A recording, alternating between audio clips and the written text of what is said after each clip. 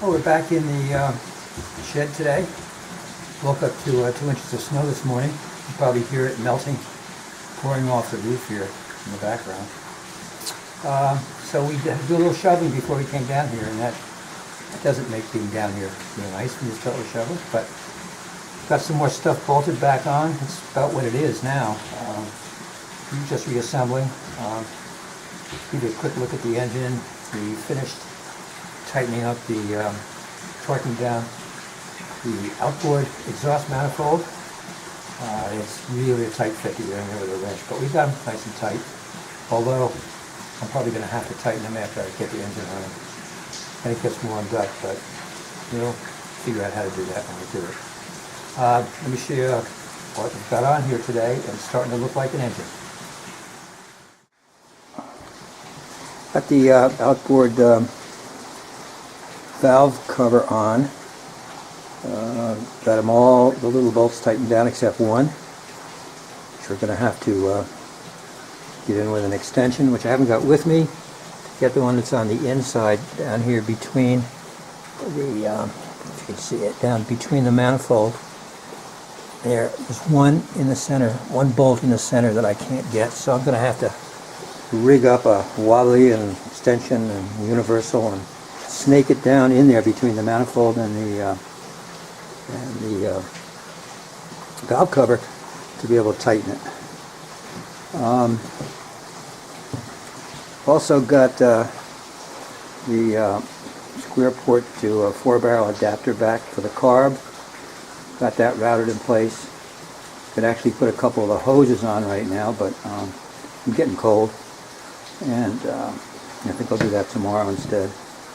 So we're doing good. A lot of plumbing to do, but I'm going to be reusing a lot of the hoses. They've only been on here for 2 years. I did do the risers 2 years ago, so the risers and the riser adapters that go on right there are still new, and I'm going to reuse all those hoses. So that's about where we are. I think I'm going to call it quits for the day and go home. I got a list of stuff I need from my garage, and I'll be bringing that down tomorrow, and we will we'll take it another step. Getting close to the end. Okay, it's Sunday afternoon, and we've been down here for a couple of hours working. Got some more things done. None of it very interesting for a video, but you got to do this stuff. You've got to put the boat back together. We fastened the inlet hose to the bottom of the new raw water pump. That should have taken 15 minutes. It took an hour. We put the spark plugs in back in this side, since they're really hard to get in once the manifold is bolted in and the risers in. So we put spark plugs in and put spark plug wires on. Now we're going to put the riser in. Actually, it's not a riser, it's an elbow. And I'll show you what it looks like and how we're going to put it together. This is a raw water, this freshwater cooled engine. So we're pumping antifreeze through the engine to cool it. It's actually a mixture of 50% antifreeze and 50% water. That's what we use to cool the engine.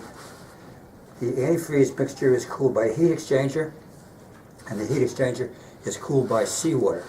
So we've got to get rid of that seawater once it's taken the heat out of the antifreeze mixture, and we do that by injecting it into the back of the elbows where it goes overboard with the exhaust. But that means screwing around with a lot of adapters and stuff. Everybody's figured this stuff out over the years, so these parts are pretty well used now. I'm going to put this one on and I can show you what the pieces are anyway. I will start with the manifold, and that is completely cooled by antifreeze. So we want to keep that antifreeze from going up into the riser, so we start with a block-off gasket. That's this guy right here. He goes on there. Then we need to adapt that size exhaust manifold, the dimensions of that, up to the size required by the elbow. And for that, we put in an adapter, and that's this guy. I'm just going to set it on there for a minute. And the adapter is made for either fresh or salt water cooling. That's why it's got holes in it, but they're blocked off now, so no water's going to get in there. Then a gasket on top of that. A little neater than that, actually. And then the riser, which is over here, goes on. It's upside down. You should see it there. And it should, actually just drop on the studs that are sticking out of the top of that adapter. We'll see how it goes. I use Permatex Red as a gasket sealant. I know a lot of people don't use sealant on exhaust fittings, but I've done it before and mine don't leak. Okay, there's the exhaust adapter in place, and it bolts down with stainless steel bolts that are recessed into the top of the adapter so that you won't be getting interference. It's interesting, they're stainless steel and a dissimilar metal steel. I guess I would never do that, but that's what they recommend when they put these things together. All I got to do now is tighten down these guys. They're Allen head bolts. Tighten them down. You can see that red sealant starting to squirt out. That's what I like to see. And we'll tighten these up. Keep the camera on it. And then we'll put the next gasket on, and then set the riser on those studs, we hope. There's the elbow bolted on over the adapter. I actually did that in about 10 minutes. Not so bad. It's a water fitting. That's where the seawater, the hot seawater, goes in to the exhaust manifold, to the elbow.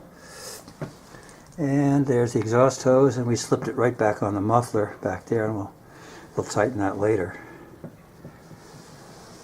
So that's that side of the engine completely assembled, except for the plumbing. Water hoses, you can see, need to be connected still, but we'll get those on shortly.